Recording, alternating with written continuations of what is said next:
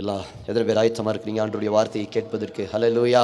யாத்ராகமம் புத்தகம் 13ஆம் அதிகாரம் 17, 18 வசனங்கள். Exodus chapter 13 verse 17 and 18. பார்வோன் ஜனங்களை போகவிட்ட பின் ஜனங்கள் யுத்தத்தை கண்டால் மனமடிந்து எகிப்துக்கு திரும்பி வருவார்கள் என்று சொல்லி பெலிஸ்தீரின் தேசம் வழியாய் போவது சமீபமானாலும் தேவன் அவர்களை அந்த வழியாய் நடத்தாமல் சிவந்த சமுத்திரத்தின் வனாந்திர வழியாய் ஜனங்களை சுற்றி போக பண்ணினார். இஸ்ரவேல் புத்திரர் எகிப்து தேசத்திலிருந்து அணி அணியாய் புறப்பட்டு போனார்கள். அல்லேலூயா, ஆமென்.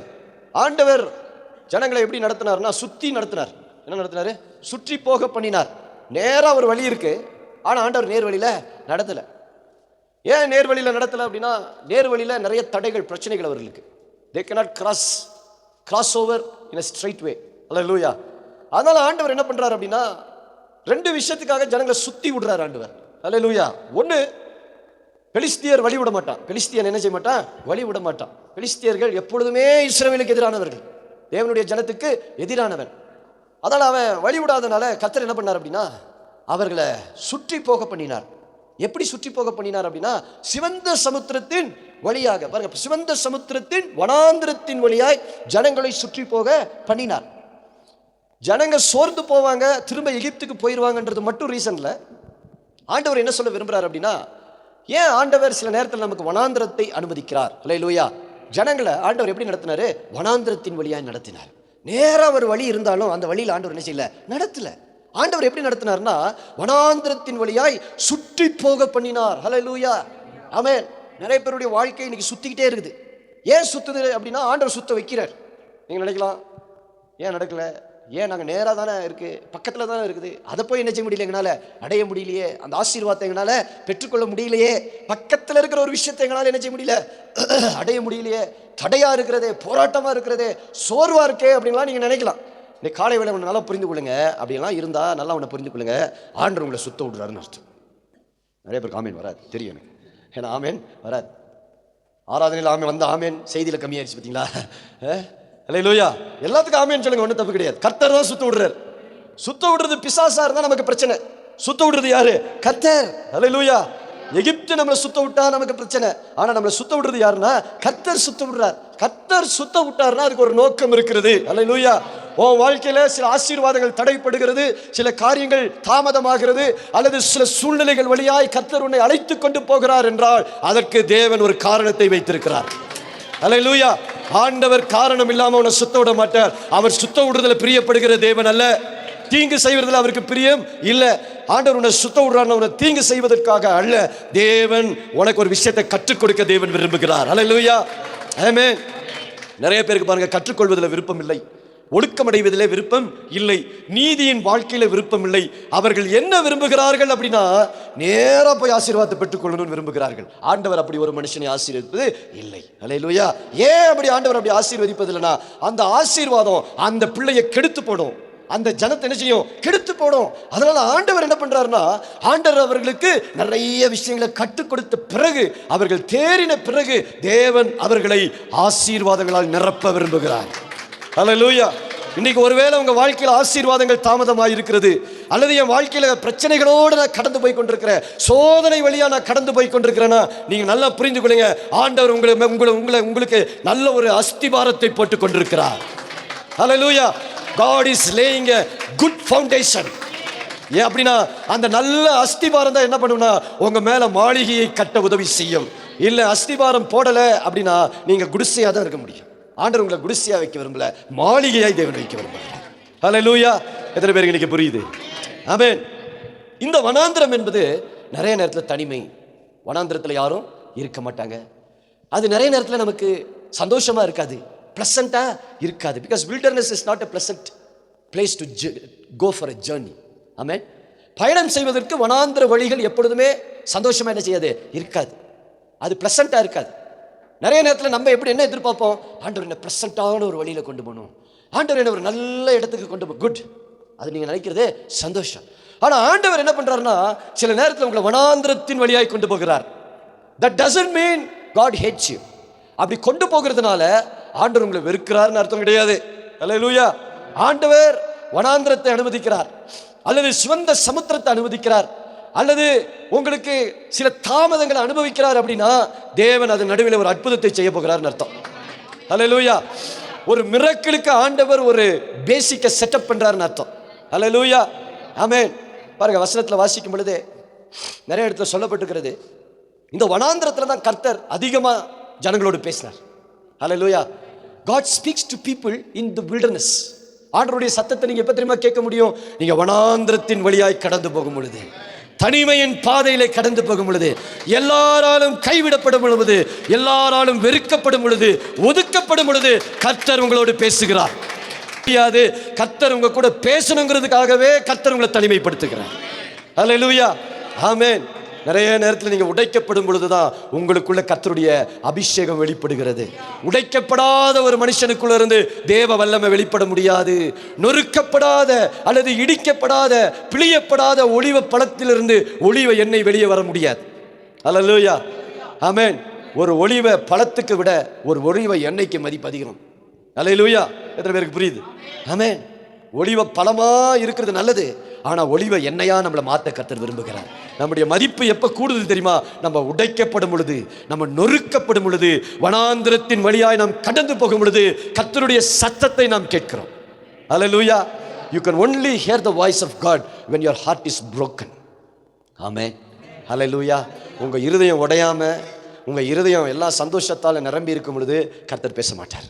எப்போ நீங்க உடைக்கப்படுகிறீங்களோ, நொறுக்கப்படுகிறீங்களோ, எப்போ நீங்க கைவிடப்பட்டு தனிமையை உணர்றீங்களோ, அப்ப நீங்க யார்கிட்ட வருவீங்க தெரியுமா? கர்த்தரிடத்துல வருவீங்க. உங்களிடத்துல எல்லாம் இருக்கும்போது நீங்க கர்த்தரை தேடவே மாட்டோம். அல்லேலூயா. ஆமென். எத்தனை பேருக்கு இப்ப புரியுது? கர்த்தர் ஏன் அதெல்லாம் உங்க வாழ்க்கையில் அனுமதிச்சார் தெரியுமா? உங்களோடு அவர் பேசணுங்கிறதுக்காக தான் அனுமதிச்சார். ஸோ வனாந்திரங்கிறது ஆண்டவர் ஏன் வனாந்திரத்தின் வழியா நடத்தினார் அப்படின்னா, ஒன்று, ஜனங்கள் நேரடியா போய் ஒரு யுத்தத்தை சந்திச்சே இருக்கக்கூடாது, சோர்ந்து போயிடக்கூடாது. ரெண்டாவது, அவருடைய இருதயம் அந்த யுத்தத்தெல்லாம் சந்திக்கும் பொழுது அவங்க திரும்ப எங்க போயிடக்கூடாது? எகிப்து தேசத்துக்கு போயிடக்கூடாது. பாருங்க, இன்னைக்கு அநேக ரட்சிக்கப்பட்டு வரும் பொழுது அவங்க வாழ்க்கையில் ஏற்படுகிற சில பிரச்சனைகள், சில சின்ன சின்ன பிரச்சனைகள் அவங்களை திரும்ப எங்க போக வைக்குது? எகிப்துக்கு திரும்ப பார்க்க வைக்கிறது. அல்லேலூயா. ஆமென். ஆனா ஆண்டவர் ஏன் இந்த வனாந்திரத்தை அனுமதிச்சார் அப்படின்னா, ஜனங்க என்ன ஆயிடக்கூடாது? மணிமடிவு ஆயிடக்கூடாது. ரெண்டாவது, சிவந்த சமுத்திரத்தின் வழியா அவங்க என்ன பண்றார்? ஆண்டவர் சுற்றி போக பண்ணுகிறார். அவர் சுற்றி போக பண்ணுவதற்கு பல காரணங்கள் இருந்தாலும் அதுல முக்கியமான காரணம் என்ன தெரியுமா? கர்த்தர் அவர்களோடு பேசணும். கர்த்தரை அவங்க புரிஞ்சுக்கணும். அல்லேலூயா.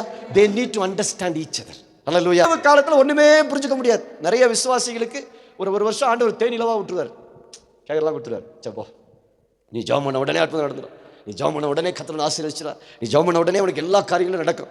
நீ ரொம்ப ஆண்டவர் மேல விசுவாசம் வைக்கும் பொழுது ஆண்டவர் உனக்கு ஒரு வனாந்திரத்தை தேவன் என்ன செய்வார்? அனுமதிப்பார். நிறைய பேர் அங்கதான் என்ன செஞ்சிடறான்? தேனிலவு லைஃபை எப்போதுமே தேனிலவா பார்க்காதீங்க, சேலஞ்சா பாருங்க. அல்லேலூயா. திருமண வாழ்க்கையில நிறைய சவால்கள் இருக்கிறது. ஆமென். எகிப்து தான் மாமியார் வீடு. எல்லாம் எங்கேருந்து வந்தாங்க? மாமியார் வீட்டில் இருந்தால் எல்லாத்தையும் பிடிச்சிட்டு வந்தார் ஆண்டவர். அது நல்ல இடம் இல்லை, உனக்கு நல்ல இடத்தை நான் நினைச்சேன் தரேன். உலகத்துக்கு திரும்பிடக்கூடாது. உடனே சொல்லுவான், நான் இனிமேல் நான் இன்னையிலேருந்து பைபிள் படிக்க மாட்டேன், இன்னையிலேருந்து நான் என்ன பண்ண மாட்டேன்? ஜெபிக்க மாட்டேன், இன்னையிலேருந்து நான் ஊழியம் செய்ய மாட்டேன், இன்னையிலேருந்து நான் பழைய வாழ்க்கை குடிக்க போகிறேன், பின்ன பாவத்துக்கு போகிறேன் அப்படின்னு ஓடி போயிடுவான். எகிப்துக்கு ஓடி போயிடுவான். அல்லேலூயா. இது வனாந்திரம். இது பேர் என்னது? வனாந்திரம். அநேக நேரத்தில் ஆண்டவர் நம்ம வாழ்க்கையில் என்ன அனுமதிக்கிறார்? வில்டர்னஸ். நல்லா அவனை புரிந்து கொள்ளுங்க. இதெல்லாம் வரும்பொழுது நல்லா அவனை புரிந்து கொள்ளுங்க. நான் இன்னும் கர்த்தரோடு என்ன செய்யணும்? கிட்ட வரணும். ஆண்டவருடைய சத்தத்தை கேட்கறதுக்கு ஆண்டவர் என் இருதயத்தை என்ன செய்யறாரு? ஆயத்தம் பண்ணுகிறார்னு புரிந்து கொள்ளுங்க. அல்லேலூயா. ஆமென்.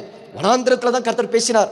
சீனாய் மலையில் ஆண்டவர் இறங்கி வந்து ஜனங்களோடு என்ன செஞ்சார்? பேசினார். கர்த்தர் நேரடியா பேசினார். கானான் தேசத்துக்குள்ள போன பிறகு ஆண்டவர் பேசவே இல்லை. ஒருபோதும் ஜனங்களிடத்துல பேசவே இல்லை. It is an opportunity for us. நமக்கு ஒரு வாய்ப்பு என்ன தெரியுமா? கர்த்தர் நம்மோடு பேசணும்னா நீங்க வனாந்திரத்துல கடந்து போனாதான் கர்த்தர் பேச முடியும். அல்லேலூயா. கர்த்தர் எவ்வளவு வல்லமை உள்ளவர் என்பதை நீங்க எப்ப தெரியுமா புரிந்து கொள்ள முடியும்? வனாந்திரத்துல தான் புரிந்து கொள்ள முடியும். அல்லேலூயா. ஏன்னா வனாந்திரத்துல தான் செங்கடல் இருக்கிறது, கார்டன்ல செங்கடல் இருக்காது. அல்லேலூயா. தேனிலவு வாழ்க்கையில் என்ன இருக்காது? செங்கடல் இருக்காது. உங்க வாழ்க்கையில செங்கடல் வரும்பொழுது புரிந்து கொள்ளுங்க, ஆண்டவர் அற்புதம் செய்ய போகிறார் என்பது. அல்லேலூயா. ஆமென். ஜனங்க என்ன தெரியுமா நினைச்சாங்க? செங்கடல் வந்த உடனே மோசேட்ட போய் கேட்கிறாங்க, மோசே, எங்களுக்கு வனாந்திரத்துல எகிப்து தேசத்துல சுடுகாடு இல்லைன்னா எங்களை எங்க கொண்டு வந்த? அல்லேலூயா. ஆமென். கல்லறைக்கு போய் பாதாளத்தில் வாழ்வதை விட சபைக்கு வந்து மனம் திரும்பி ரட்சிக்கப்பட்டு கல்லறை இல்லைனாலும் பரவாயில்ல, பரலோகத்தில் கர்த்தரோடு இருக்கலாம். அல்லேலூயா. 10வது வசனம் 14:10. பார்வோன் சமீபித்து வருகிற போது இஸ்ரவேல் புத்திரர் தங்கள் கண்களை ஏறெடுத்து பார்த்து எகிப்தியர் தங்களுக்கு பின்னே வருகிறதை கண்டு மிகவும் பயந்தார்கள். அப்பொழுது இஸ்ரவேல் புத்திரர் கர்த்தரை நோக்கி கூப்பிட்டார்கள். அன்றியும் அவர்கள் மோசேயை நோக்கி, யாரை நோக்கி? என்ன கேட்குறாங்க? ஏன் மோசே, எங்களுக்கெல்லாம் எகிப்த கல்ற இல்லைன்னு எங்களெல்லாம் மொத்தமாக கூப்பிட்டு வந்து சிவந்த சமுத்திரத்தில் புதைச்சிடலான்னு பார்த்தியா? பாருங்க, என்ன ஒரு நம்பிக்கை பாருங்க உங்களுக்கு.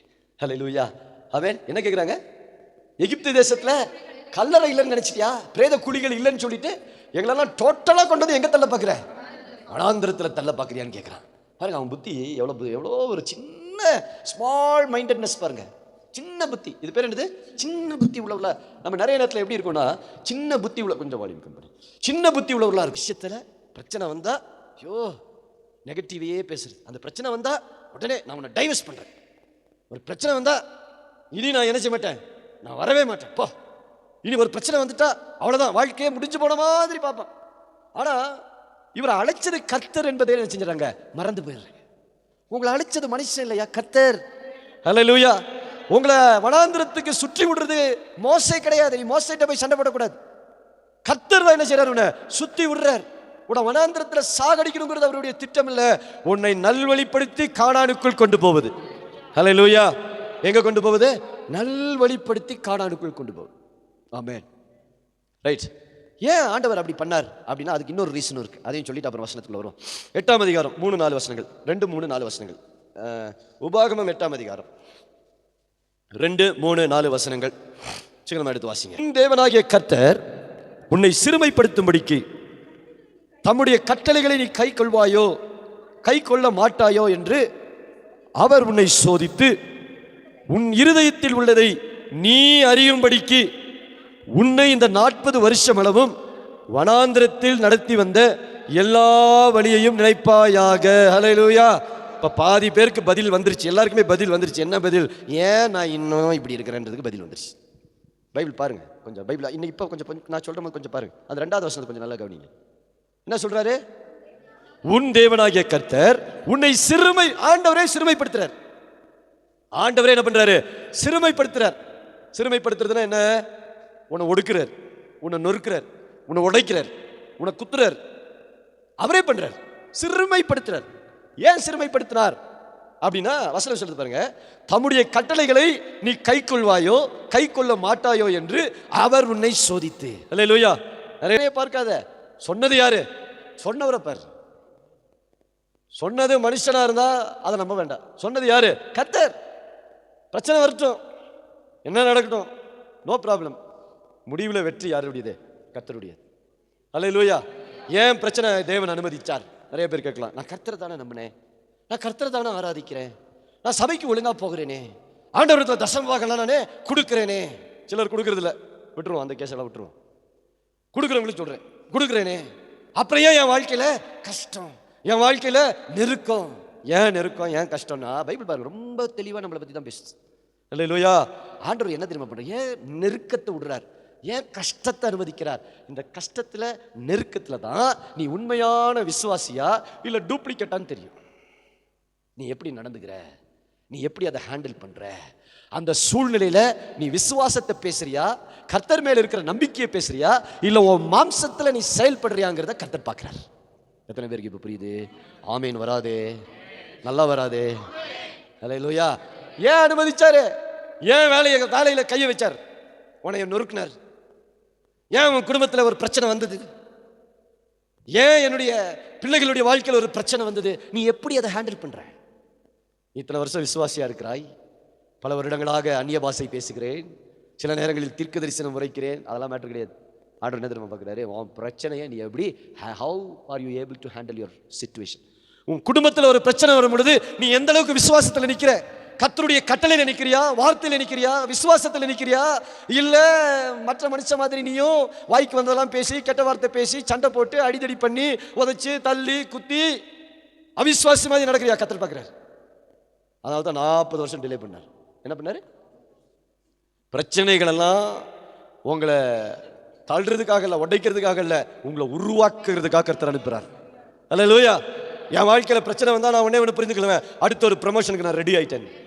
ஆனால் அதை ஹேண்டில் பண்ணுற விதத்தில் தான் என் ப்ரமோஷன் இருக்கா, இல்லை அடுத்தது இன்னொரு பிரச்சனையை சந்தித்த பிறகு ப்ரமோஷன் வருதான்னு பார்க்குறோம். அல்லேலூயா, ஆமென். புரியுதா? எத்தனை பேருக்கு புரியுது? ஆமென். அப்போ பிரச்சனையை நீங்கள் எப்படி பார்க்கணும்னா, பிரச்சனையாக பார்க்காதீங்க, இந்த பிரச்சனையை நான் எப்படி ஹேண்டில் பண்ணணும்னு ஃபஸ்ட்டு பாருங்க. Hallelujah, amen. How I am going to handle this problems. என் வாழ்க்கையில் வருகிற பிரச்சனைகளை, சில நேரத்தில் காசு இருக்காது, அப்போ நீ என்ன பேசுகிற? there won't be any money in your hand. ஆண்டவர் ஸ்டாப் பண்ணுவார் மணியை. பிஸ்னஸ் ஸ்டாப் ஆகும். நல்லா போயிட்டு இருக்கிற குடும்பத்தில் சண்டை வரும், அடிதடி வரும். நீ என்ன பண்ற? வார்த்தை வரும்.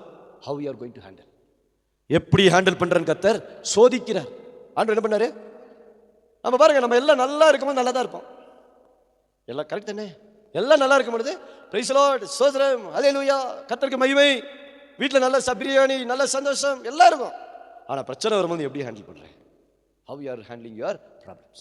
இதை பொறுத்து தான் கர்த்தர் உன்னை அடுத்த லெவலுக்கு கொண்டு போகலாமா வேண்டாமான்னு முடிவு பண்ணுவார். ஹல்லேலூயா. இதில் விழுந்துட்டேன்னா திரும்ப அவனை அடுத்த ப்ரமோஷன் உனக்கு என்னதுப்பா கட்டு. ஆண்டவர் திரும்ப கொஞ்ச நாள் வெயிட் பண்ணி இப்போ கொஞ்ச நாள் விட்டுருவார், திரும்ப ஒரு பிரச்சனை வரும். இப்போ நீ எப்படி ஹேண்டில் பண்ணுற? இப்படி தான் 40 வருஷம் அந்த ஜனங்களை கர்த்தர் வனாந்திரத்தில் சோதித்தார். இந்த ஜனங்க என்ன தெரியுமா? ஆண்டவரோட பலே கில்லாடிகள், ஆண்டவரையே சோதிக்க ஆரம்பிச்சிட்டாங்க. பைபிள் என்ன தெரியுமா சொல்லுது? இவர்கள் 40 வருஷம் ஆண்டவர் என்ன பண்ணாங்களா? சோதிச்சாங்களா. ஒவ்வொரு முறை பிரச்சனை வரும்போது அவங்க கர்த்தரிடத்தில் திரும்புவதற்கு பதிலாக எகிப்துக்கு திரும்பினார்கள். அல்லேலூயா. இப்போ புரியுதா? எத்தனை பேர் நம்ம ரட்சிக்கப்பட்டு பல வருஷம் ஆச்சு, பல கூட்டங்களுக்கு போயிட்டோம், பல அபிஷேகத்துக்குள்ள இருக்கிறோம், எல்லாம் இருக்கு, ரைட்டு, அழைப்பு இருக்கு, எல்லாம் இருக்கு, கிருபை இருக்கு, எல்லாம் இருக்கு. ஆனா இன்னும் எங்க போய் சேர முடியல, நம்மளால கானானுக்குள்ள சேர முடியல. காரணம் என்ன தெரியுமா? என் இருதயம் இன்னும் ரெடி ஆகல, கர்த்தருக்கு ஏற்ற ஒரு இருதயமா மாறவில்லை. அல்லேலூயா, ஆமென். அதனால தான் ஆண்டவர் என்ன பண்ணாரு? 40 இயர்ஸ் பண்ணிட்டார். ஒரே வாரத்தில் போக வேண்டிய பிரயாணம், ஒரே வாரத்தில் அங்கே போய் உள்ள உட்காந்துருந்தானா அந்த தேசத்தை என்ன பண்ணியிருப்பான்? கெடுத்து போட்டிருப்பான். அந்த ஜனங்களை, இவன் ஆல்ரெடி எகிப்தில் கலந்து வாழ்ந்தவன், இவன் இங்கே வெளியே வந்து அங்கேயே என்ன இருப்பான்? அதனால தான் ஆண்டவர் என்ன பண்ணுறான்னா, பிரித்து எடுத்து வனாந்திரத்தின் வழியாய் நடத்தி அந்த வனாந்திரத்தில் அவர்களை உருவாக்கின பின்பு அவர்களுக்கு கானானை தேவன் கொடுக்கிறார். நிறைய பேர் இந்த ப்ராசஸில் செத்து போயிடுவோம். ஏன்னா எல்லாருமே எங்கே போல கானானுக்குள்ள போக முடியல. காரணம் என்ன தெரியுமா? அவர்களால் சோதனையை சகிக்க முடியவில்லை. they were not able to sustain the temptations. சோதனைகளை, இச்சைகளை அவங்களால என்ன செய்ய முடியல, கண்ட்ரோல் பண்ண முடியாம போயிட்டாங்க. அதனால தான் இந்த வசனத்தில் சொல்றாரு, உன் தேவனாகிய கர்த்தர் உன்னை சிறுமைப்படுத்தும்படிக்கு தம்முடைய கட்டளைகளை நீ கைக்கொள்வாயோ கைக்கொள்ள மாட்டாயோ என்று அவர் உன்னை சோதித்து உன் இருதயத்தில் உள்ளதை நீ அறியும்படிக்கு. ஹலோ, இருக்கீங்களா? உன் இருதயத்தில் உள்ளதை நீ அறியும்படிக்கு. பிரச்சனை வரும்பொழுது தான் நீ யாருன்னே வெளிப்படும், நான் யாருன்னு வெளிப்படும். அல்லேலூயா, ஆமென். அதனால தான் ஆண்டவர் சொல்றாரு, 1 பேதுரு 1:7 வாசிங்க. 1 பேதுரு 1:7 சீக்கிரமா, குயிக்கா வாசிக்கணும், டைம் அது. 1 பேதுரு 1:7,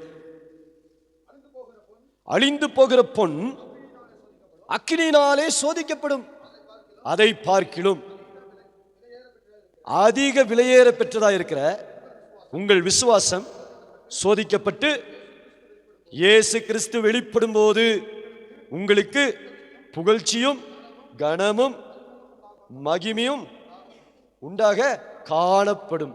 யாருக்கு? உன் விசுவாசம் சோதிக்கப்படணும், டெஸ்ட் பண்ணப்படணும். ஹல்லேலூயா. பிரதர், சிஸ்டர், இருக்கீங்களா? உங்க விசுவாசம் என்ன செய்யப்படணும்? சோதிக்கப்படணும். சோதிக்கப்படாத ஒரு விசுவாசம் உபயோகப்படுத்தப்பட முடியாத ஒரு விசுவாசம். ஹல்லேலூயா. if you are not tested you cannot be used. ஹல்லேலூயா. இந்த விசுவாசம் எப்படிப்பட்டதா? பொன்னை விட விலையேறப்பட்டதா. your faith is more valuable than gold. நிறைய பேர் தங்கத்து மேல ஆசை வச்சிருக்கிறோம். ஆனா பைபிள் என்ன சொல்றதுன்னா, தங்கத்தை விட உன் விசுவாசம் விலையேறப்பெற்றது. ஹல்லேலூயா, ஆமென். அதனால தான் சோதனை. இப்போ ஆதாம் ஏவாளுக்கு ஆண்டவர் ஒரு சோதனையை வச்சார். நிறைய பேர் கேட்பான், ஏன் ஆண்டவருக்கு தெரியாதா ஆதாம் ஏவாள் பாவம் செய்வான்னு தெரியாதா? அப்பவே அந்த கனியை வைக்காம இருந்திருந்தா பிரச்சனையே இருந்திருக்காதே அப்படின்னு. அல்லேலூயா, ஆமென். ஒருத்தனை நல்லவனா கெட்டவனான்னு டெஸ்ட் பண்ணணும்னா அவனுக்கு ரொம்ப சுதந்திரம் கொடுக்கணும். அந்த சுதந்திரத்தை அவன் எப்படி ஹேண்டில் பண்ணுறான்றதை பொறுத்து தான் அவன் நல்லவனா கெட்டவனான்றது என்ன செய்ய முடியும், கண்டுபிடிக்கும். ஒருத்தனை கண்ட்ரோல் பண்ணுறதுனால நல்லவனா கெட்டவனா கண்ட்ரோல் பண்ணும்போது உங்கள் முன்னாடி நல்லவனா நடிப்பான், பின்னாடி போய் என்ன செய்வான், கெட்டவனா நடிப்பான். முழு சுதந்திரமும் கொடுக்கும் பொழுது தான் அந்த சுதந்திரத்தை ஒரு மனுஷன் எப்படி பயன்படுத்துகிறாங்கிறத பொறுத்து தான் அவன் நல்லவனா கெட்டவனாங்கிறது என்ன செய்வார், ஆண்டவர் கண்டுபிடிக்கிறார். அல்லேலூயா. அதனால தான் நீ பாவம் செய்யும்போது ஆண்டவர் உன் கையை பிடிச்சி, தம்பி பாவம் செய்யாதன்னு கை பிடிக்கிறது இல்லை, ஆண்டவர் உனக்கு சுதந்திரத்தை ஆண்டவர் கொடுத்துருக்கிறார். நீ எப்படி உன் சுதந்திரத்தை பயன்படுத்துகிற, தப்பாக பயன்படுத்துறியா சரியாக பயன்படுத்துறியா? கர்த்தர் பார்க்கும் பொழுது நீ எப்படி இருக்கிற, பார்க்காத பொழுது எப்படி இருக்கிற, மற்றவர்கள் பார்க்கும் பொழுது எப்படி இருக்கிற, யாரும் பார்க்காத பொழுது உன் சிந்தனை எண்ணங்கள்லாம் எப்படி இருக்கு, இதெல்லாம் ஆண்டவர் பார்க்குறார். அல்லேலூயா. அதனால தான் ஆண்டவர் முகத்தை பார்க்கறது இல்லை, மேக்கப்பை பார்க்கறது இல்லை, நம்ம எல்லாம் நீ போடுற துணியை பார்க்கறது இல்லை, வெளிப்புற அலங்காரத்தை ஆண்டவர் பார்க்கறது கிடையாது. அல்லேலூயா. நம்ம கம்மலை கழட்டிடலாம், ஒயிட் அண்ட் ஒயிட் போட்டுக்கலாம், அவாய் செப்பல் போட்டு நடக்கலாம், முடிய பின்னாம கூட விட்டுடலாம், பைபிளில் சொன்னபடி எல்லாம் செஞ்சிடலாம். ஆனால் இருதயத்தை ஆண்டவர் என்ன செய்றாரு, பார்க்குறாரு. That is the main thing. அதனால தான் பைபிள் என்ன சொல்லுது, இருதயம் இருதயம் எப்படிப்பட்டது என்பதை நீ அறியும்படிக்கு. அல்லேலூயா. பிரச்சனைகள் தான் நான் நல்லவனா கெட்டவனாங்கிறது என்னையே எனக்கு என்ன செய்யுது, காட்டி கொடுக்கிறது. அல்லேலூயா.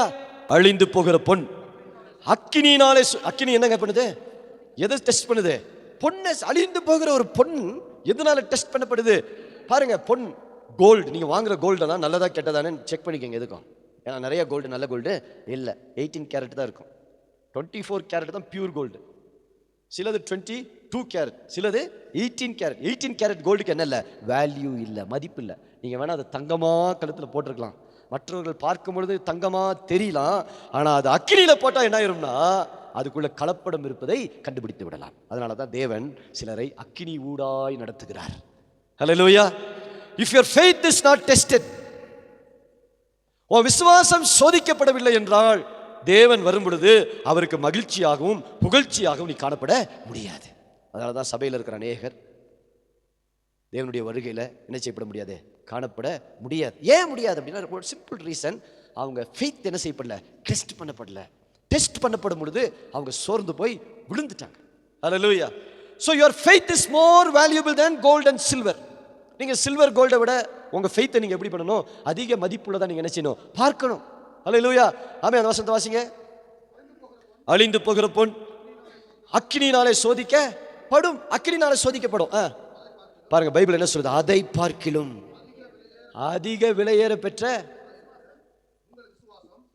ஃபர்ஸ்ட்ல இருந்து படிங்க, அதிக விலையேற பெற்றதா இருக்கிற உங்கள் விசுவாசம் சோதிக்கப்படும். விசுவாசம் என்ன செய்யப்படணும், சோதிக்கப்படணும்.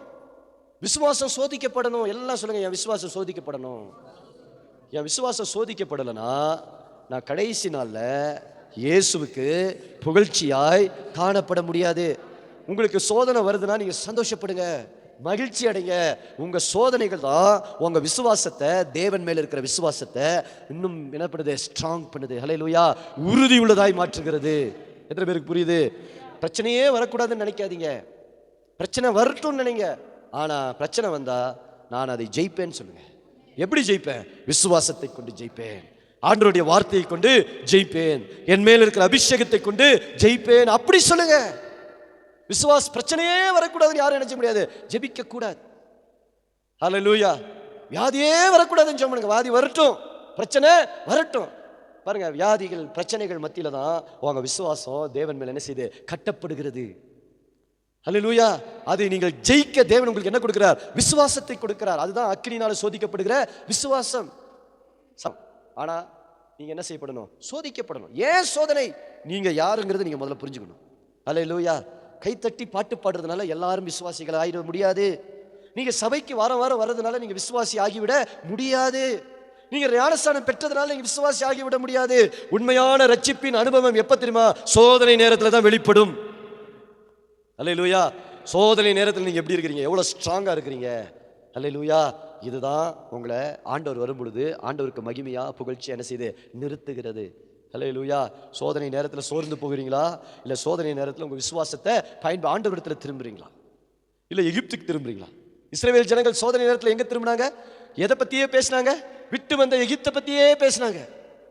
நீ விட்டு வந்ததையே பேசுறியா, விட்டு வந்ததையே சொல்லிட்டு இருக்கிறியா, விட்டு வந்த பாவத்தையே நினைச்சிட்டு இருக்கிறியா அப்படின்னா நீ எங்கே இருக்கிற, எகிப்தில் இருக்கிறன்னு அர்த்தம். இன்னும் எங்க போல, நீ கானானுடைய பயணத்தை ஆரம்பிக்கவே இல்லை. நிறைய பேர் பயணத்தை இன்னும் ஆரம்பிக்கல. ஆனா 20 வருஷம் முடிஞ்சு போச்சு, 30 வருஷம் முடிஞ்சு போச்சு. அதனாலதான் நம்முடைய வாழ்க்கையில தாமதம். நாம் தேவன் எனக்காய் வைத்திருக்கிற அந்த சுதந்திர வீதத்தை என்னால் அடைய முடியாமல் போகிறது. எது என்னை தடை செய்கிறது? எகிப்தின் கிரியைகள் என்னை தடை செய்கிறது. அதனாலதான் ஆண்டவர் என்ன பண்ணாரு? 40 வருஷம் வனாந்திரத்திலே நடத்தினார். இந்த ஜனங்களுக்கு சோதனை அனுபவித்தார். செங்கடல் சோதனையில் என்ன பண்ணாங்க? ஆண்டவர் நம்பினாங்களா? சோதனை வரும்போது ஆண்டவர் நம்பினாங்களா? இல்ல. பிரச்சனை வந்த உடனே என்ன பண்ணிட்டாங்க? பின்வாங்கிட்டாங்க. நான் எகிப்துக்கு போறேன், பிரேத கல்லறை இல்லையா? எத்தனையோ சோதனைகள். ஆமென், அல்லேலூயா. 3வது வசனத்தை வாசிப்போம். அதுலயே 8:3 பாருங்க. அதுல வாசிக்கிறோம். 8 உபாகமம் 8:2 வாசிப்போம். ஆண்டவர் ஏன் சோதிச்சார்? ஒண்ணு, ஏன் ஆண்டவர் சிறுமைப்படுத்துறார் அப்படின்னா, முதல் காரியம் வாசிங்க. கட்டளையை கை கொள்வாயோ கை கொள்வா மாட்டாயோ என்று ஒன்று. ஏன் முதல் என்ன எதுக்கு சோதிக்கிறார் அப்படின்னா, ஒன்று, நீ கட்டளைக்கு கீழ்ப்படிவையா கீழ்ப்படிய மாட்டாயா என்பதை வனாந்திரத்திலே கண்டுபிடிச்சிடலாம். வனாந்திரம் தான் நம்ம உண்மையான விசுவாசியா இல்லை போலியான விசுவாசியான்னு என்ன செய்யுது? நம்மை வெளிப்படுத்துகிறது. ஒன்று. ரெண்டாவது, உன் இருதயத்தில் உள்ளதை, நான் யாருங்கிறத நான் முதல்ல புரிஞ்சுக்கிறதுக்காகவே நான் எப்போதுமே என்ன சொல்லுவேன்? மற்றவங்க, நான் எப்போதுமே என்னை கேட்டால் நான் என்ன சொல்லுவேன்? நான் நல்லவன் தான் சொல்லுவேன். ஆனால் என் இருதயம் தான் என்ன நல்லவனா கெட்டவனான்றது வெளிப்படுத்துகிறது. எப்போ அது வெளிப்படும்? பிரச்சனை நேரத்தில். கவனிங்க, எந்த நேரத்தில் வெளிப்படுது? பிரச்சனை நேரத்தில். பிரச்சனை நேரத்தில் நீ என்ன பேசுற? What comes out of your mouth? நொறுக்கப்படும் போது நீங்க என்ன பேசுறீங்க? நீங்க உடைக்கப்படும் போது நீங்க என்ன சொல்றீங்க? எல்லாராலும் கைவிடப்படும் பொழுது நீங்க யாரை நோக்கி பார்க்கிறீங்க? அல்லேலூயா. இதுதான் உங்க இருதயம். இதுதான் உங்க இருதயம். அல்லேலூயா. ஆமென். ஏன் இருதயம் எப்படிப்பட்டதுன்றதை நான் அறியாம கர்த்தரை நினைச்ச முடியாது, நம்ப மாட்டார். உங்க இருதயம் 4 ஃப்ரெண்ட்ஸ் சேரும் பொழுது சொல்லுவான், வாடா மச்சான் கொஞ்சம், நீ என்ன சொல்ற? குடும்பத்தில் ஒரு ஃபங்க்ஷன் நடக்கும்போது, ஒரு ஜாலியான ஒரு விஷயம் நடக்கும்பொழுது நீ எப்படி நடக்கிற, எப்படி செயல்படுறோம்? ரொம்ப க்ளோஸ், உங்கள் திக்கஸ்ட் ஃப்ரெண்டு வந்து சொல்றான், ஏய் நீ மட்டும் இதை செய்யலாம், இருந்து நான் உங்ககிட்ட நினைச்சு போயிட்டேன், பேச மாட்டேன். இதெல்லாம் சோதனை. இதெல்லாம் என்னது? சோதனை. உனக்கு உன் இருதயமே ஒரு சோதனை. உன் இருதயம் சொல்லுது, போய் நீ சர்ச்சில் உட்காந்துட்டு ஜெபம் பண்ணி என்ன பிரயோஜனம்? பாரு, உன் ஃப்ரெண்டெல்லாம் பாரு ஜாலியாக இருக்கான், அவன் ஜாலியாக இருக்கான், அவன் அப்படி இருக்கான், அவன் அப்படி இருக்கிறான். They're all enjoying their life. What you are doing man? ஜனங்க என்ன தெரியுமா சொன்னாங்க? எகிப்தில் அடி வாங்கிட்டாவது நாங்கள் கறி தின்னோம். நம்ம கஷ்டப்பட்டாலும் பரவாயில்ல, நொறுக்கப்பட்டாலும் பரவாயில்ல, ஆசீர்வாதம் இல்லைனாலும் பரவாயில்ல, நான் பாவம் செய்யணும். எனக்கு என்ன செய்யணும்? பாவம் செய்யணும். இன்னைக்கு எத்தனை பேர் அப்படி இருக்கிறோம்? இன்னைக்கு எத்தனை பேர் ரட்சிக்கப்பட்டிருக்கிறீங்க? எத்தனை பேர் உங்க இருதயம் எப்படிப்பட்ட இருதயம் இப்போ எத்தனை பேருக்கு புரியுது? புரிஞ்சா புரியலையா? இன்னைக்கு எத்தனை பேர் உங்களை ஆராய்ந்து பார்க்க ரெடியா இருக்கிறீங்க என் இருதயத்தை? அதனால தான் ஆண்டவர் தாவீது சொல்றாரு, என் இருதயத்தை ஆராய்ந்து பாரு. சங்கீதம் 51 சொல்றாரு, என் இருதயத்தை என்ன பண்ணுங்க? ஆராய்ஞ்சு பாருங்க ஆண்டவரே. பாவம் எனக்குள்ள இருக்கான்னு என்ன செய்யுங்க? ஆராய்ஞ்சு பாருங்க. தாவீது சொல்றார், நான் என் இருதயத்தில் நான் பாவம் செய்யாதபடிக்கு உம் வசனத்தை என் இருதயத்தில் வைத்து வைத்தேன். அல்லேலூயா. பாருங்க, அடுத்து ஏன் அப்படின்னா, நம்ம இருதயம் எப்படிப்பட்டதுன்றதை நம்மளே என்ன செய்யணும்? தெரிஞ்சுக்கிறதுக்காக தான் ஆண்டு சொன்னார். நீ வாக்குத்தத்தம் பெற்ற பிள்ளைகள் தான், அபிஷேகம் பெற்ற பிள்ளைகள் தான், அழைப்பு பெற்ற பிள்ளைகள் தான். ஆனா இன்னும் இருதயம் என்ன ஆகல? ரெடி ஆகல. எங்க போறதுக்கு ரெடி ஆகல? கானான் தேசத்தை சுதந்திரிப்பதற்கு ஆயத்தம் இல்லை. 3வது வசனம், அவர் உன்னை சிறுமைப்படுத்தி, ஆண்டவர் என்ன பண்ணாரு? நல்ல பாருங்க, சிறுமைப்படுத்தினார். அப்படின்னா அவர் சொன்ன எந்த ஆசீர்வாதத்தையும் அவனுக்கு கொடுக்கவே கிடையாது. அவர் என்ன சொன்னாரு? பாலும் தேனும் ஓடுகிற தேசத்தை உனக்கு கொடுப்பேனாரு. கட்டாத நல்ல வஸ்துக்கள் நிறைந்த வீடுகளில் குடியிருப்பீர்கள் அப்படின்னு சொன்னாரு. அதெல்லாம் சொன்னார் ஆண்டவர். ஆனா ஒண்ணுமே கொடுக்கல. 40 வருஷம் இவங்களை என்ன பண்ணிட்டாரு? பிளாக் பண்ணிட்டார். உங்க மேல நிறைய வாக்குத்தத்தங்கள் இருக்கு, உங்க மேல கத்த நிறைய ஆசீர்வாதங்களை கொடுக்கணும் தேவன் விரும்புகிறார். எல்லாம் உங்களுக்காக தான் தேவன் வைத்திருக்கிறார். But your heart is not ready to receive. ஏன் அப்படின்னா, ஒவ்வொரு முறையும் நான் என்ன செய்யறேன்? விழுந்து போகிறேன், சோர்ந்து போகிறேன். என் இருதயம் வெளிப்படுகிறது. என் பிரச்சனையில தான் என் இருதயம் என்ன செய்யுது? வெளிப்படுகிறது. அல்லேலூயா. ஆமென். பிரச்சனை வரும்பொழுது நீ எப்படி ஹேண்டில் பண்றத? வரும்போது நான் எதை நோக்கி பார்த்தேன்? எகிப்தை நோக்கி பார்த்தேன். அதனாலதான் ஆசீர்வாதங்கள் தாமதம். ஆண்டவருடைய கை குறுகி போகல. ஏசாயா 59:1 வாசிங்க. இதனாலதான் இந்த வசனத்தை ஃபாஸ்டிங் பிரேயர்ல என்ன செய்ய சொன்னோம்? வாசிக்க சொன்னோம். இந்த வாரம் ஃபாஸ்டிங் பிரேயர் இருக்கிறவங்களாம் தயவு செய்து குரூப்ல போட்டிருக்கிற எல்லா வசனங்களையும் என்ன செய்யுங்க? வாசிங்க. சங்கீதம் 51, ஏசாயா 59, சங்கீதம் 23, சங்கீதம் 121, அப்புறம் யோவேல் 2, அப்புறம் ரோமர் 5ஆம் அதிகாரம் 6ஆம் அதிகாரம், இதெல்லாம் என்ன செய்யுங்க, ஃபாஸ்டிங் ப்ரேயர்ல இதெல்லாம் உட்காந்து படித்து ஜெபம் பண்ணுங்க. இது உங்களுக்கு ஆசீர்வாதம். அல்லேலூயா. வாசிங்க. இதோ ரட்சிக்க கூடாதபடிக்கு கர்த்தருடைய கை குறுகி போகல. ஆண்டவருடைய கை குறுகி போயிருச்சா நீங்க நினைக்கிறீங்களா? கிடையாது. அவர் சொல்றார், இயேசு நேற்றும் இன்றும் என்றும் மாறாதவர். இன்னைக்கு உயிரோடு தான் இருக்கிறார், ஜீவனுள்ளவராக இருக்கிறார். அப்படி கல்லறை இன்னைக்கு காலியா இருக்குது. எல்லாருடைய கலையிலும் எலும்பு இருக்கு, கர்த்தருடைய கல்லறை காலியா இருக்கிறது. அல்லேலூயா. முன்ன ரட்சிக்கப்பட்டு சுடுகாட்டு கடுப்ப கர்த்தர் கூப்பிடல. அல்லேலூயா. நல்லா புரிந்துங்க. உலர்ந்த எலும்பையும் உயிர்ப்பிக்கிற ஆண்டவர் உங்களை ஆண்டவர், மரித்தவைகளை உயிரடைய செய்கிறவர் அவர். நீ ஜோமனா கேட்க மாட்டாருன்னு நினைக்காத. நீ ஜோமனி சோர்ந்து போனினா இவங்க இருதயம் இன்னும் என்னாகல, ஆயத்தமாகவில்லை. அல்லேலூயா. எத்தனை பேருக்கு இன்னைக்கு புரியுது இந்த காலை வேளையில? ஆமென். வாசிங்க. இதோ ரட்சிக்க கூடாதபடிக்கு கர்த்தருடைய கை குறுகி போகவில்லை, கேட்க கூடாதபடிக்கு அவருடைய செவிகள், ஆண்டவருடைய செவிகள் ஒருபோது என்னதில்லை, மந்தமானதே கிடையாது. ரட்சிக்க கூடாதபடிக்கு அவருடைய கை குறுகி போகலைங்க. அல்லேலூயா. ஆமென். அவருடைய கை ஆசீர்வதிப்பதற்கு எப்பொழுது என்னப்பட்டிருக்குது, நீட்டப்பட்டவே இருக்கிறது. 3வது வசனம், அது 2வது வசனம். அதுலயே பாருங்க, பைபிள் என்ன சொல்லுது? உங்கள் அக்கிரமங்களே. யாருடைய அக்கிரமங்கள்? நம்முடைய அக்கிரமங்களே. உங்களுக்கும் உங்கள் தேவனுக்கும் நடுவாக பிரிவினை உண்டாக்குது. ஆண்டவருக்கும் நமக்கு பிரிவினை உண்டாக்குறது எதுனா, அவர் சின்ஸ். ரட்சிக்கப்பட்டும் பாவம் செய்யறோம், ரட்சிக்கப்பட்டும் எகிப்திலிருந்து வெளியே வந்த பிறகு இன்னும் எதை பார்க்கிறோம்? எகிப்துங்கிறது உலகம். எகிப்துங்கிறது என்னது? உலகம். உலகத்தை பார்க்க தேவன் உங்களை என்னை அழைக்கவில்லை, பரலோகத்தை பார்க்க உங்களை அழைத்திருக்கிறார். அல்லேலூயா. உங்க தரிசனம் பரலோகமா இருக்கணும், உங்க தரிசனம் உலகமா இருக்கக்கூடாது. உங்க தரிசனம் தேவனுடைய ராஜ்யமா இருக்கணும், உங்களுடைய நீதி தேவனுடைய நீதியா இருக்கணும். அப்பொழுது நீங்கள் தேடுகிற இவைகள் எல்லாம் உங்களுக்கு கூட கொடுக்கப்படும். பணம் கூட கொடுக்கப்படும், துணி கூட கொடுக்கப்படும், உணவு கூட கொடுக்கப்படும், உங்களுக்கு வீட்டு கூட கொடுக்கப்படும், இந்த உலகத்தினுடைய எல்லா ஆசீர்வாதங்களும் கூட கொடுக்கப்படும். Everything is free. ஏன் ஃப்ரீ? ஏன்னா நீங்க எதை தேடுறீங்க? கர்த்தருடைய ராஜ்யத்தையும் அவருடைய நீதியையும் தேடி. அவருடைய நீதி, நம்ம நீதியை நம்ம என்ன செய்யக்கூடாது, உள்ள கொண்டு நுழைக்க கூடாது. ஏன் நீதி அழுக்கான கந்த. ரைட். வாசிங்க, அந்த வசனத்தை வாசிங்க.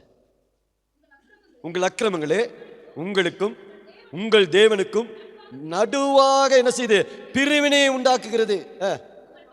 உங்கள் பாவங்களே அவர் உங்களுக்கு செவி கொடாதபடிக்கு அவருடைய முகத்தை உங்களுக்கு மறைக்கிறது. பாருங்க, ஆண்டவருடைய முகத்தை நமக்கு எது மறைக்கிறது? நம்முடைய பாவங்கள் தான் மறைக்கிறது. ஹல்லேலூயா. ஆமென். அதனாலதான் இயேசு சிலுவையில் கைவிடப்பட்டார். இயேசு என்ன செய்யப்பட்டார்? ஆமென். இயேசு என்ன ஜெபம் பண்றாரு சிலுவையில்? இந்த வசனத்தை மனசுல வச்சுட்டு இது சிலுவைக்கு வாங்க. இயேசு என்ன ஜெபம் பண்றாரு? ஏலி ஏலி லாமா சபக்தானி, என் தேவனே என் தேவனே ஏன் என்னை கைவிட்டீர். நம்முடைய பாவங்கள் தான் தேவன் இயேசுவை கைவிடுவதற்கு ஏதுவானது. அல்லேலூயா. பிதா அவருடைய முகத்தை இயேசுவிடத்திலிருந்து என்ன பண்ணாரு? திருப்பிக் கொண்டார். ஏன் திருப்பிக் கொண்டார்? நம்முடைய பாவங்களை பார்க்க முடியவில்லை. பைபிள் சொல்லுது, பாவங்களை பாராத சுத்தக்கண்ணர். பாவங்களை பார்க்க முடியல. இயேசு மேல் சுமத்தப்பட்ட பாவத்தின் பாரம் அவ்வளவா இருந்தது. அதனாலதான் இயேசு நமக்காக சிலுவையில பலியானார், ரத்தம் சிந்தினார். நம்மை மீட்பதற்காக அவர் சிலுவையில தன் ஜீவனையே கொடுத்தார். அல்லேலூயா. ஆமென். எத்தனை பேருக்கு இப்ப புரியுது? ஆமென். நமக்கு ஒரு மீட்பர் உண்டு. மோசே எப்படி இஸ்ரவேல் ஜனங்களுக்காக வனாந்திரத்தில் பரிந்து பேசிக் கொண்டிருந்தாரோ, இன்னைக்கும் இயேசு நமக்காக என்ன பண்றாரு? பரிந்து பேசிக் கொண்டார். ஆமென். என்ன சொல்லி பரிந்து பேசிக் கொண்டிருக்கிறார்? அவருடைய ரத்தம்.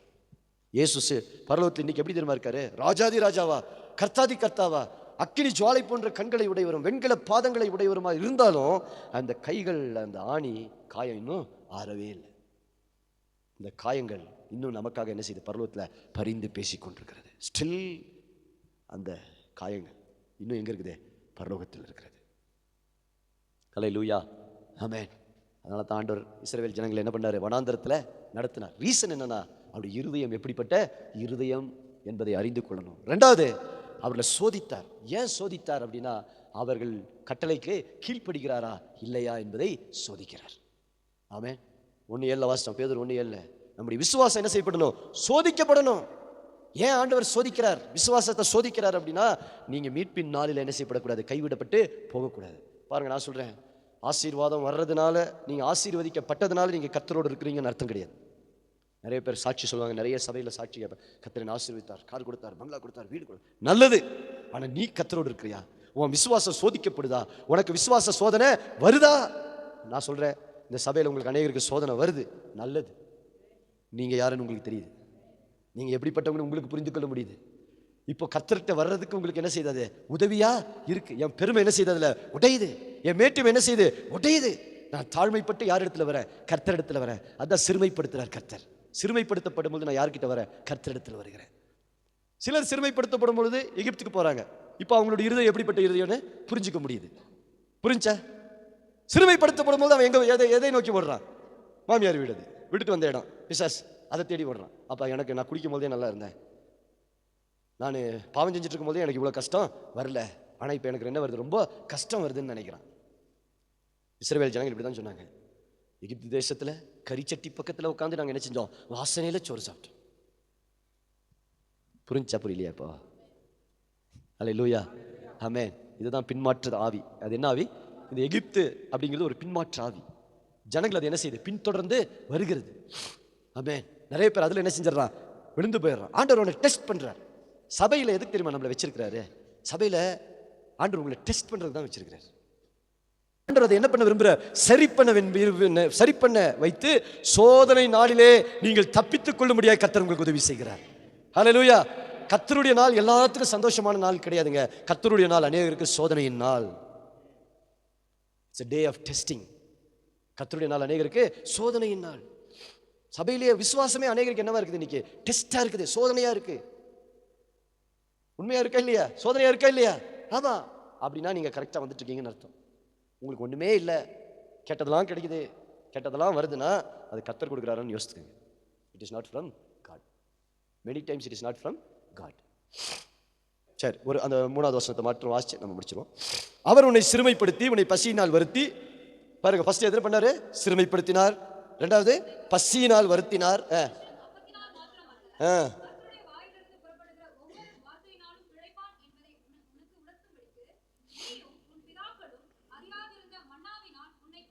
அல்லேலூயா. மூணாவதா ஏன் கர்த்தர் அவரை சோதித்தார் அப்படின்னா, அவர்கள் அப்பத்தினால் பிழைக்க கூடாது, வார்த்தையினால் பிழைக்க வேண்டும் என்பதற்காக கர்த்தர் சோதித்தார். அல்லேலூயா. சபை இன்னைக்கு என்ன தெரியுமா பண்ணும்? அப்பத்தினால் பிழைக்காதீங்க, வார்த்தையினால பிழைங்க. எல்லாத்துக்கும் வார்த்தையை பயன்படுத்துங்க. கவனிக்கிறீங்களா? என்ன பயன்படுத்துங்க? வார்த்தையை பயன்படுத்துங்க. மூணாவது ஏன் ஆண்டு கர்த்தர் சோதிச்சாருன்னா, ஒன்று புரிந்து கொள்ளுங்க, அவர்கள் பசியினால் வருத்தினார். பசியினால் வருத்தப்படும் போது அவங்க என்ன தெரியுமா சொன்னாங்க? வாசிங்க அந்த வசனம், எக்ஸோடஸ் யாத்திராகமம் 16:4-5. 1 வாசிங்க. 16 யாத்திராகமம் 16 வாசிச்சு முடிச்சிருவோம். நிறைய இருக்கு சொல்றதுக்கு.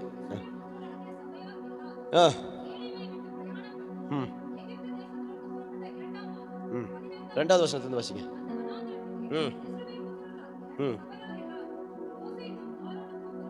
முறுமுறுத்து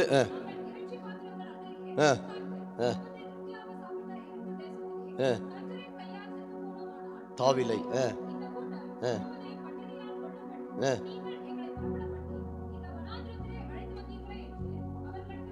என்ன சொன்னாங்க? என்ன சொன்னாங்க? நாங்க எகிப்து கோயிலுக்கு போயிட்டு இருக்கும் பொழுதே நல்லா இருந்தோம். என்ன கோயில்? சில எகிப்து கோயில்கள் இருக்கு, நல்லா புரிஞ்சுக்கணும். 2 கோயில் இருக்கு. எகிப்து கோயில் ஒன்று இருக்கு, சியோன் கோயில் ஒன்று இருக்கு. எகிப்து கோயில் இருக்கும் பொழுது இறைச்சி பாத்திரத்துக்கு பக்கத்துல இருந்து நாங்க என்ன சாப்பிட்டோம்? இறைச்சி சாப்பிட்டோம். நாங்க அப்படியே செத்து போயிருந்தா கூட எங்களுக்கு பிரச்சனை இல்லை. ஹலோ, புரியுதா? இது என்ன கோயில்? எகிப்து கோயில். புரிஞ்சுக்கோங்க. எகிப்து கோயில் என்ன கிடைச்சா உங்களுக்கு? இறைச்சி கிடைச்சது. வனாந்திரத்தில் இப்போ ஆண்டவர் கொண்டு வந்துட்டாரு. கவனிங்க, ஆண்டவர் வனாந்திரத்தில் கொண்டு வந்துட்டாரு. இப்போ வனாந்திரத்தில் அவங்களுக்கு என்ன இல்லை? சாப்பாடு இல்லை. சாப்பாடு, சோறு கிடைக்கல. ரொம்ப நெருக்கப்படுறான் ஆண்டவர். ஏன் புரியுதா? இப்போ பசியினால் வருத்தினார், அவனை ஒடுக்கினார், சிறுமைப்படுத்தினார். பசியினால் வருத்தினார். இப்போ பசியெல்லாம் வரும் பொழுது நிறைய பேருக்கு உபவாசம் இருக்க முடியல. ஒரு நாள் உபவாசம் எத்தனை பேரால் இருக்க முடிஞ்சு? ஒரு சிலர் இருந்தீங்க. எல்லாராலையும் இருக்க முடியல. ஏன் இருக்க முடியல? ஏன் இருக்க முடியல? பழக்கம் இல்லை. நீங்க எகிப்து கோயில் இருக்கிறீங்க. எந்த கோயில்ல இருக்கிறோம்? எகிப்து கோயில். எகிப்து கோயில்ல நம்ம எப்போதுமே என்ன சாப்பிட்டுட்டே இருக்கிறோம்? இறைச்சி பாத்திரத்துல அந்த வாசனையில சாப்பிட்டுட்டே இருக்கணும். இஸ்ரவேல் சியோன் கோயில்ல அடிக்கடி உபவாசம் இருக்கும். சியோன் கோயில் என்ன இருக்கும்? அடிக்கடி உபவாசம், ஜெபம். எகிப்து கோயில் அதெல்லாம் கிடையாது. எகிப்து கோயில்ல உங்களுக்கு நேரத்துக்கு சோறு, சாட்டை அடி. பாருங்க, நாங்க உலகத்திலேயே இருந்து வேணாலும் செத்து பாதாளத்துக்கு வேணாலும் போறோம். ஆனா விசுவாச சோதனை எங்களால் என்ன செய்ய முடியாது, சகிக்க முடியாது. நாங்க குடிச்சு வெறிச்சு பாவம் செஞ்சு அக்கிரமம் செஞ்சு நரகத்துக்கு போனாலும் பரவாயில்ல, நான் யார்கிட்ட வரமாட்டேன், கர்த்தர்ட்ட வரமாட்டேன். எனக்கு நல்ல வாழ்க்கை வேணாம், நல்ல வாழ்க்கை எனக்கு வேணாம், என்னால நல்ல வாழ்க்கை வாழ முடியாது, எனக்கு இது வேணாம் அப்படிங்கிறான். சொல்றான் பாருங்க, வேணான்றான். நான் எகிப்து விட்டுரு, நான் எகிப்துக்கு போயிடுறேன். அதாவது ஆண்டவர் என்ன செஞ்சார், பசினால வருத்தினார். அவனை சரி பண்ணாம ஆசீர்வாதத்தை கொடுத்தா அந்த ஆசீர்வாதத்தை பெற்றுக்கொண்டு எங்க போவான், நரகத்துக்கு போவான். அதனால தான் நிறைய பேருடைய வாழ்க்கையில் ஆண்டவர் ஆசீர்வாதத்தை ஸ்டாப் பண்ணி வச்சிருக்காரு. உன்னை ஆசீர்வதிக்கிறது ஆண்டவருக்கு ஒரே ஒரு பாருங்க, இந்த செகண்ட் தான் மிரக்கிள், இந்த செகண்ட் ஆசீர்வாதம். ஒரே ஒரு நொடியில தேவன் எல்லாவற்றையும் செய்ய அவர் வல்லவராக இருக்கிறார். வார்த்தையில் உண்மையுள்ளவர். ஆனா ஏன் செய்ய மாட்டேங்கிறார்? செய்ய மாட்டேன்னு சொல்லல, உன்னை ரெடி பண்றார். Something for great. ஒரு விஷயத்தை ஃபவுண்டேஷன், ஒரு வீட்டுக்கு ஃபவுண்டேஷன் போடுறது தான் ரொம்ப கஷ்டமான வேலை. பார்த்துருக்கீங்களா? ஒரு பில்டிங்க்கு என்ன கஷ்டம்? ஃபவுண்டேஷன் தான் கஷ்டம். ஃபவுண்டேஷன் போட்ட பிறகு அதில் கட்டடம் கட்டுறது ரொம்ப ஈஸி. அதுக்கு பிறகு அதை அலங்காரப்படுத்துறது இன்னும் ஈஸி. அதுக்கு கஷ்டமே பட வேண்டிய அவசியம் இல்லை. நான் சொல்கிறேன், உங்கள் வாழ்க்கையில் கஷ்டம், நெருக்கம், விசுவாச சோதனை வருதுன்னா நீங்கள் இன்னும் ஃபவுண்டேஷனில் இருக்கிறீங்கன்னு அர்த்தம். ஃபவுண்டேஷன் போட்டுட்டு இருக்காரு. எப்படி போடுறாருன்னா ரொம்ப ஆழமாக போடுறாரு. ஏன்னா உன் மேலே கட்ட போகிறது ரொம்ப பெருசாக இருக்க போகுது. ஹல்லேலூயா, ஹல்லேலூயா. எனக்கு தெரிஞ்ச ஊழியத்தில் ரொம்ப குயிக்காக அப்படி மேலே வந்தவங்க பாதி பேர் இன்னைக்கு இல்லை. எனக்கு தெரிஞ்சு குயிக்காக அப்படி மேலே வந்தாங்க, டக்கு டக்கு டக்கு டக்குன்னு மேலே வந்தாங்க. எல்லா புகழ் எல்லாம் வந்துச்சு. கடைசியில் இன்னைக்கு அதே புகழ் எந்த உச்சியில் பாருங்க, எவ்வளோ உயரத்துக்கு போகிறோமோ அங்கேருந்து ஒரு நாள் விழுகணும். எவ்வளோ குயிக்காக போகிறோமோ அங்கேருந்து என்ன செஞ்சிருவோம், விழுந்துடும். ஆனால் ஒவ்வொரு ஸ்டெப்பாக போகும் பொழுது நம்ம விழுக மாட்டோம். ஏன்னா ஒவ்வொரு ஸ்டெப்பு ஏறி வர்றதுக்கும் நம்ம எவ்வளோ சோதிக்கப்பட்டோம்ன்ற அந்த உணர்வு நமக்கு இருக்கும். அடுத்த முறை அதே சோதனை வரும் பொழுது அந்த சோதனையில் நான் என்ன பண்ணுவேன், ஜெயிப்பேன், ஈஸியாக ஜெயிப்பேன். ஏன்னா போன முறை அதே சோதனை வந்த பொழுது கர்த்தருடைய வசனத்தை நான் என்ன செஞ்சேன், பயன்படுத்தி நான் மேற்கொண்டேன். ஹல்லேலூயா. வாசிங்க 5வது வசனம் 4. அப்பொழுது கர்த்தர் மோசேயை நோக்கி, நான் உங்களுக்கு வானத்திலிருந்து அப்பம் வர்ஷிக்க பண்ணுவேன்.